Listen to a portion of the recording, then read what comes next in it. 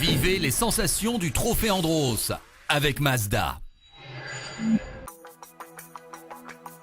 Pour Mazda, ce dernier rendez-vous de l'Andros 2013-2014 a commencé par une sympathique étape à la concession de Clermont-Ferrand. L'occasion pour les nombreux fans de la marque d'approcher les pilotes Benjamin Rivière et Olivier Panis. L'occasion aussi de voir de près la Mazda 3 dans sa version course. Et elle va être une fois de plus éblouissante d'efficacité cette voiture. La preuve avec la très belle deuxième place d'Olivier Panis en qualification. Au départ, Olivier surprend le champion en titre et lui ravit la première place dès le premier virage. Panis prend très vite le large, mais il sera finalement rejoint par Dérault. S'ensuit un magnifique balai. Le pilote Mazda garde le contrôle de la course pendant plusieurs tours, puis il se fait attaquer par le poleman. Les deux hommes se frôlent, Panis résiste, mais la roue arrière gauche de la Mazda est endommagée dans l'aventure. L'ex-pilote F1 ne peut plus rien tenter, il terminera à une très belle deuxième place. Pour la seconde course, Didier Toral est troisième sur la grille de départ. Devant lui se trouve l'un des pilotes les plus expérimentés du plateau, Hervé Knapik. Durant toute la course, le pilote Mazda va lui mettre la pression. Toral va même venir plusieurs fois au plus près de la carrosserie de son rival, mais en évitant les contacts. Un splendide balai, une vraie bagarre d'hommes, Didier Toral franchit la ligne d'arrivée à une très belle troisième place.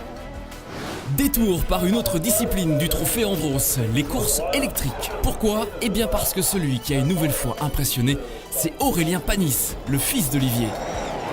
Sur sa voiture aux couleurs Mazda, le jeune Aurélien a terminé deuxième de la première course et puis il a failli répéter l'exploit en course 2 avant d'être impliqué dans un accrochage. Bon sang ne saurait mentir, à coup sûr, nous aurons l'occasion de reparler d'Aurélien Panis. Pour terminer le week-end, passage par le salon de réception Mazda où le président Philippe Geffroy avait tenu à rassembler les forces vives de la marque pour saluer la fin de cette première participation au Trophée Andros. L'aventure a été intense, le défi à relever était de taille. Au soir de cette dernière épreuve, c'est l'occasion de regarder dans le rétroviseur. On a pu constater qu'au début on n'était pas du tout dans le coup, on a beaucoup galéré, il y a eu énormément de travail réalisé par les équipes techniques, il y a eu des tensions parce que quand on ne gagne pas avec des pilotes de talent, les pilotes sont déçus forcément et on les comprend et on était déçus pour eux. Donc aujourd'hui de constater qu'ils ont les moyens de se battre à armes égales avec les meilleurs, les deux premiers du classement, c'est quand même merveilleux. Si vous ne deviez retenir qu'une seule image de ce trophée, c'est difficile je sais, mais une seule image, ce serait laquelle ? Alors je pense que la plus belle image, c'est quand Olivier Panis fait ses dépassements à Lens-en-Vercors dans l'épingle à cheveux, c'est tout simplement bluffant. Et c'est là qu'on voit que l'équipe a retrouvé la niaque, la pêche et que un gars comme Olivier Panis est capable d'exprimer tout son talent sur la piste et de façon absolument remarquable.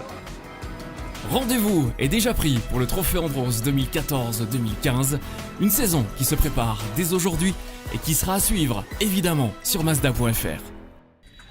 Vivez les sensations du Trophée Andros avec Mazda.